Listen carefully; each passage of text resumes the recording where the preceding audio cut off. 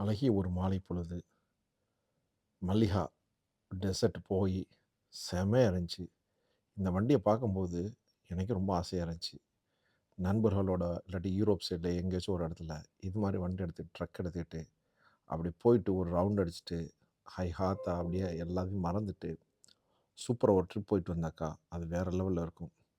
நாங்க போனது செம்ம ட்ரிப்பு. இந்த ஏரியால வந்து பல விஷயங்கள நம்மனால பார்க்க முடிஞ்சுச்சு. ஒட்டகம் மேய்க்கிறதுன்னு சொல்லுவோம்ல, அது எல்லாமே இந்த மலைஹா இதில பார்க்க முடிஞ்சுச்சு. பசி கடுமையான பசி. மந்தி வயிறு நெறைய. அங்க பாருங்க. அப்பா!